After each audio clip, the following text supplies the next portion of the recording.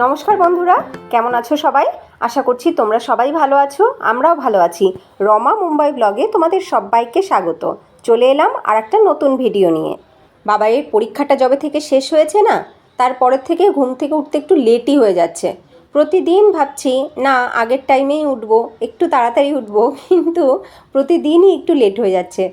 কি জানি মানে মাথার মধ্যে কাজ করছে যে না কাজের কোনো তাড়া নেই, এরকম একটা ব্যাপার বোধহয়।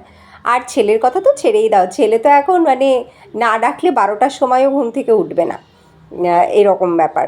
তো যাই হোক, আজকে কয়েকটা কাজ করব, বেশ কয়েকটা পেন্ডিং কাজ, যে কাজগুলো অনেক দিন ধরে করব করে করা হচ্ছে না। তো এই দেখো আমার ছোট ছোট গাছগুলোতে কি সুন্দর ফুল ফুটেছে। আমার নয়নতারা গাছগুলোতে বেশ এখন অনেকগুলো করে ফুল ফুটছে। সব গাছগুলো কিন্তু একদম ছোট এখনও।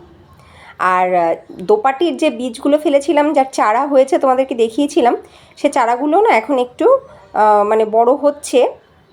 যে অবস্থায় আছে সেগুলো কিন্তু এই দেখো, যে অবস্থায় এখন আছে দোপাটির চারাগুলো দেখতে পাচ্ছ, এখনও রিপোর্ট করার সময় হয়নি, তবে রিপোর্ট করতে হবে, কারণ ওখানে একসাথে দুটো তিনটে করে মানে একই গোড়াতে দুটো তিনটে করে হয়ে রয়েছে। তো এইবার আমি ওই দোপাটির চারাগুলোকে রিপট করবার জন্য কতগুলো পট বানাবো, মানে কতগুলো টব এবার আমি তৈরি করব। তো কি করে আমি তো টব তৈরি করি সবসময় প্লাস্টিক দিয়ে, আমি তো টব কিনে আনি না। ফেলে দেওয়া আটার যে প্যাকেটগুলো, সেই প্যাকেটগুলোকেই আমি কিন্তু টব হিসাবে ব্যবহার করি, এবং সেই প্যাকেটে আমার প্রচুর গাছ কিন্তু খুব সুন্দরভাবে হচ্ছে এই গত 2 বছর ধরে। তো দেখো আমি 6টা প্যাকেট নিয়ে বসে পড়েছি। তো 6টা প্যাকেট দিয়ে আমি কিন্তু টব বানাচ্ছি। দেখো বেশ সুন্দর ছোট ছোট টব আমি বানিয়ে নিচ্ছি। প্রতিটা টবে একটাই করে গাছ লাগাবো, তো সেই হিসাবে কিন্তু টবগুলো হয়ে গেছে, এবং তাতে কিন্তু ভালোই মাটি ধরবে, একটা গাছ খুব ভালোভাবে হতে পারবে। আর দেখো প্রতিটা প্যাকেটে আমি কিন্তু নিচে এরকম ফুটো করে নিয়েছি, দেখতে পাচ্ছ, এরকম ফুটো করে নিয়েছি প্রত্যেকটা প্যাকেটেই। ঠিক যেমন কেনা টবগুলোতে নিচে ফুটো করা থাকে, আমি কিন্তু সেরকম প্রত্যেকটা প্যাকেটে ফুটো করে নিয়েছি, যাতে আমার গাছগুলো খুব ভালোভাবে হতে পারে এবং জলও খুব ভালোভাবে পাস হতে পারে। এইবার সব কটা টবে আমি মাটি ভরে নিয়েছি। এবার আমি তোমাদেরকে এর আগেও বলেছি, অনেকগুলো ভিডিওতে বলেছি, যে আমার গাছের মেইন যে পরিচর্যা বা আমার গাছগুলো সুন্দরভাবে হওয়ার মেইন রহস্য, সেটা হচ্ছে মাটি। আমি কিন্তু মাটিটাকে নিজের মতন করে তৈরি করি। মানে এই যে টব, আমি নতুন টব যেগুলো বানাই বা নতুন গাছ যখন আমি লাগাই, তখন ওই টবের মাটিটাকে আমি রেডি করি, ওইটার উপরেই আমার যত কারুকার্য থাকে। এইখানে দেখো মাটির মধ্যে আমি পেঁয়াজের খোসা, কলার খোসা, রসুনের খোসা, এই সমস্ত খোসাগুলোকে আমি মিশিয়ে নিয়েছি। আগে আমি সমস্ত সবজির খোসা পচিয়ে তারপরে সেগুলোকে শুকিয়ে তারপরে সেগুলোকে আমি ব্যবহার করতাম, কিন্তু এখন আমার শুকানোর মতন জায়গা নেই। তো মানে একটু রোদে শুকানোর মতন জায়গা নেই বলে আমি এখন আর পচাচ্ছি না। এখন আমি অন্য সবজির খোসা ব্যবহার করছি না, শুধুমাত্র পেঁয়াজের খোসা, রসুনের খোসা আর কলার খোসা, ওইগুলোকে শুকিয়ে মানে শুকনো খোসাগুলোকে আমি মাটির সাথে মিশিয়ে নিচ্ছি। কলার খোসাগুলোকে ছোট ছোট করে কেটে, আর পেঁয়াজ রসুনের খোসা কাটবার কোনো দরকার নেই। এইবার টবে আমি কি করছি, প্রথমে নিচ্ছি কিছু বালি। দেখো এগুলো হচ্ছে কনস্ট্রাকশনের যে ফেলে দেওয়া বালিগুলো, সেইগুলো।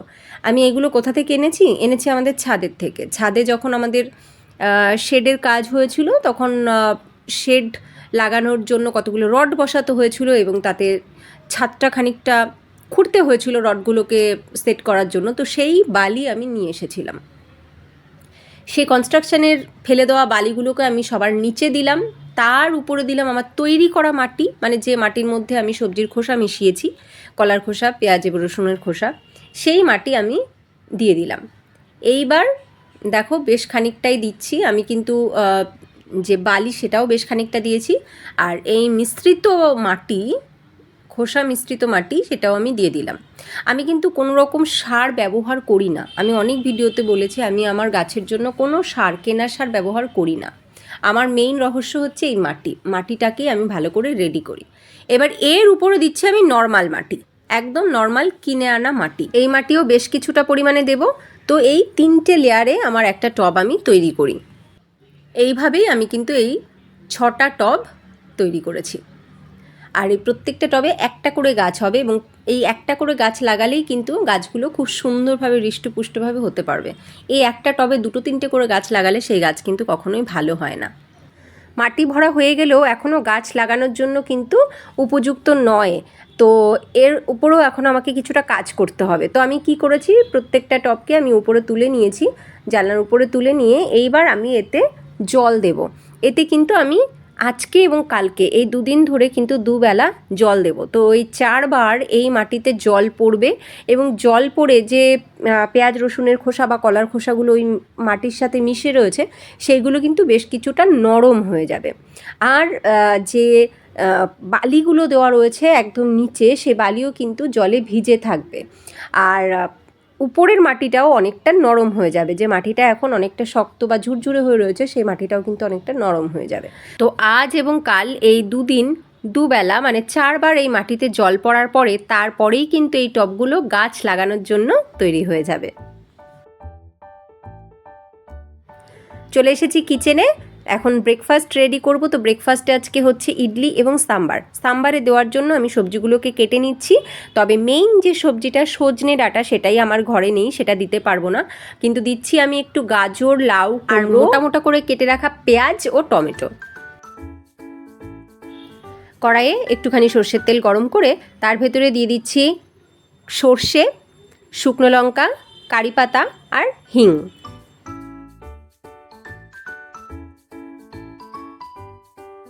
মশলা খুব ভালো করে ভাজা হওয়ার পরে দিয়ে দিলাম কেটে রাখা সব সবজি।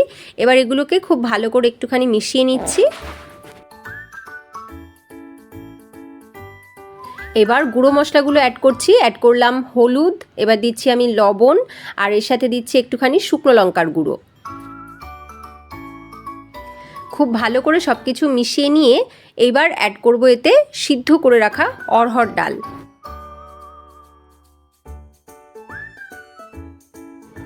খুব ভালো করে একটু মিশিয়ে নিচ্ছি।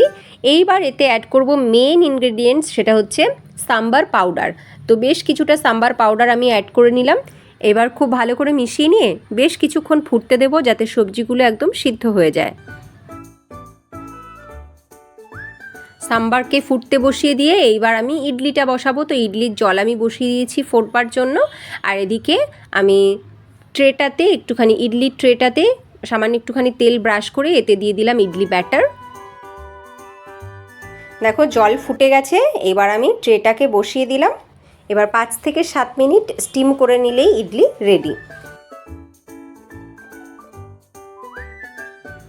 এদিকে সাম্বার কিন্তু খুব ভালো করে ফুটছে। এবার এর ভেতরে আমি দিয়ে দিলাম ইমলির কাত, মানে তেঁতুলের কাত। তেঁতুলের কাত আর গুড় না দিলে সাম্বারে কোনো টেস্টই আসবে না। এইবার অ্যাড করছি এতে গুড়, আর কোনো কিচ্ছু এতে অ্যাড করবার নেই, শুধু নামানোর আগে একটু দেখে নিতে হবে নুন ঝালটা ঠিক আছে কিনা। তৈরি হয়ে গেছে আমাদের ব্রেকফাস্ট, ইডলি আর তার সাথে সাম্বার। একদম গরম গরম ব্রেকফাস্ট নিয়ে আমি তো বসে পড়েছি, কিন্তু বাবাই সবেমাত্র উঠলো, মানে আমার খাবার বানানো হয়েছে, ওকে আমি তুললাম, ও উঠে এখন গেছে দাঁত ব্রাশ করতে। ও ব্রাশ করে আসবে, তারপরে ও খাবে। তবে আমি তো আর এই গরম গরম ইডলি সাম্বার দেখে বসে থাকতে পারছি না, আমি আমার খাওয়া শুরু করে দিচ্ছি।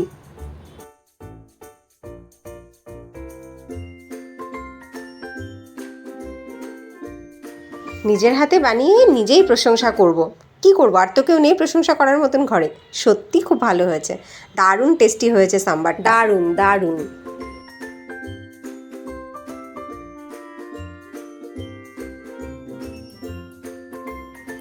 এইবার আর একটা পেন্ডিং কাজ নিয়ে বসছি।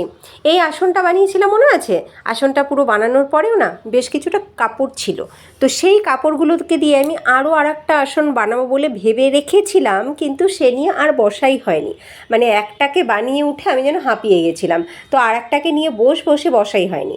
আজকে বসবো বলে ঠিকই করেছি, তো বসে পড়েছি। দেখো এই যে এই কাপড়গুলো কিন্তু ওই আসনটা বানানোর পরেও বেঁচে ছিল। তো এবার এই কাপড়গুলোকে দিয়ে আমি সেম আরও আর একটা আসন বানাবো। সেম চৌকো ডিজাইনের হবে না, এই ডিজাইনটা একটু অন্যরকম হবে। তো প্রথমে আমি ওই 3 কোণা করে একটা করে ট্রায়াঙ্গেল আমি বানিয়ে নেব, যেরকম প্রথমের আসনটাতে করেছিলাম। ট্রায়াঙ্গেলগুলোকে বানিয়ে নিয়ে তারপরে সেগুলোকে আমি চেন বানিয়ে নিয়েছিলাম এবং তারপরে সেগুলোকে আমি বস্তার উপরে সেট করেছিলাম। তো এইবারও সেমই করব। তো দেখো প্রথমে সেই ট্রায়াঙ্গেলগুলোকে বানিয়ে নিচ্ছি এবং বানিয়ে একটা করে চেন বানিয়ে নেব।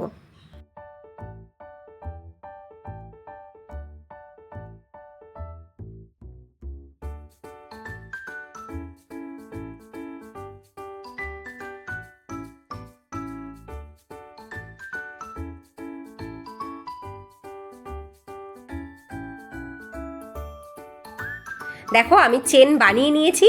চেন বানানোর পরে আমি এই যে চালের বস্তাটাকে আমি কেটে রেখে দিয়েছিলাম সেই বস্তার উপরে প্রথমে বসিয়ে দেখলাম যে ব্যাপারটা কেমন হয়। এটা এখনও সেট করা হয়নি, মানে সেলাই করা কিন্তু হয়নি, শুধুমাত্র আমি একটা ডিজাইন দেখবার চেষ্টা করছি এবং কালারগুলোকে সেট করার চেষ্টা করছি যে কোনটার উপরে কোনটা বা কী ডিজাইন দিলে ব্যাপারটা সুন্দর হবে সেইটাকে দেখার চেষ্টা করছি। তা দেখো গোল করলে কিন্তু দারুণ দেখতে লাগছে, তাই না? দারুণ দেখতে লাগছে যদি গোল করতে পারি। সেলাই করাটাই হচ্ছে সমস্যা, এই বস্তাটার উপরে এইগুলোকে সেট করে সেলাই করাটাই একটা সমস্যার বিষয়, কারণ আমার কাছে তো মেশিন নেই, আমাকে পুরোটাই হাতে করতে হবে। চেনগুলোকেও হাতেই বানিয়ে নিলাম, এবার বস্তার উপরে সেট করাটাও হাতেই করতে হবে। তো হাতে ওরকম গোল করে সেলাই করাটা একটা সমস্যার বিষয়। আর আরেকটা বিষয় হচ্ছে, গোল করে আমি চেনগুলো বসানোর পরেও দেখলাম যে বস্তার চারপাশে জায়গা থেকে যাচ্ছে। এবার আর চেন বানানোর মতন কাপড় নেই, তো আমি ওই চারপাশটা কী করে ফিল করব।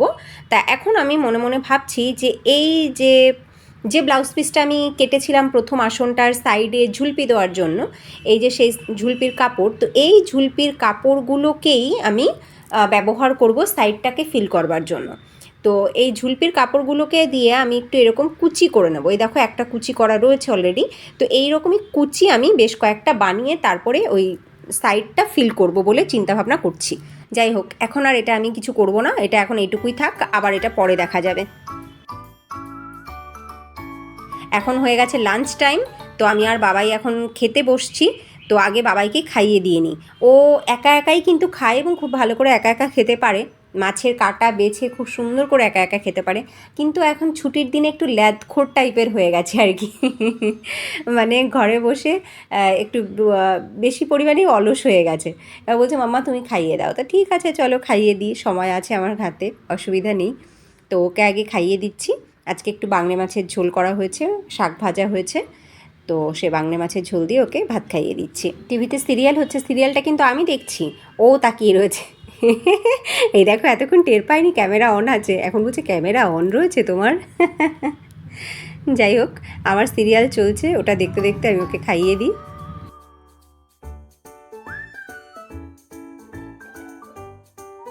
বাবাইয়ের খাওয়া হয়ে গেছে, এবার আমি খাবো। তো আমার প্লেটে কী কী নিয়েছি দেখো, কুমড়ো শাক ভাজা, একটুখানি কালো জিরে কাঁচা লঙ্কা দিয়ে সামান্য একটু জলের ছিটা দিয়ে কুমড়ো শাক ভাজা দারুণ লাগে খেতে গরম ভাতে। আর তার সাথে রয়েছে নোটে শাক ভাজা, আর তার সাথে মাছের ঝোল। তো এই হচ্ছে আজকের রান্না। তো বাবাইকে একটু নোটে শাক ভাজা দিয়ে খাইয়েছি আর মাছের ঝোল দিয়ে খাইয়েছি। ও কুমড়ো শাক ভাজাটা নেয়নি, তবে কুমড়ো শাক ভাজাটা এই যে কালো জিরে কাঁচা লঙ্কা দিয়ে ভাজাটা, এটা আমার মা করে এবং গরম ভাতে দারুণ লাগে। তো কুমড়ো শাক এখানটাতে পেলাম, মানে অতিভাগ্যে পেয়েছি আর কি, এখানে পাওয়া যায় না, লাউ শাক কুমড়ো শাক এগুলো পাওয়া যায় না। কিন্তু আজকে আমার চোখের সামনে পড়াতে আমি আর ছাড়িনি, পেয়েছি তো নিয়ে নিয়েছি। এবং শাকগুলো বেশ ভালো কচি শাক, একদম আগার দিকের শাক। তো সেটাকে ভেজে নিয়েছি, সত্যি দারুণ লাগছে কিন্তু গরম ভাতে খেতে। যাই হোক, আমি এখন মজা করে আবার খাবারটা খাই। এই ভিডিওটাকে আমি এখানে এন্ড করি। তোমাদের ভিডিওটা কেমন লাগলো অবশ্যই জানিও, যদি ভালো লাগে লাইক করো। নতুন বন্ধুরা যদি তোমাদের ভালো লাগে লাইক করে সাবস্ক্রাইব করে সাথে থেকো। দেখা হচ্ছে নেক্সট ভিডিওতে, ততক্ষণ তোমরা সবাই ভালো থেকো, সুস্থ থেকো, টাটা।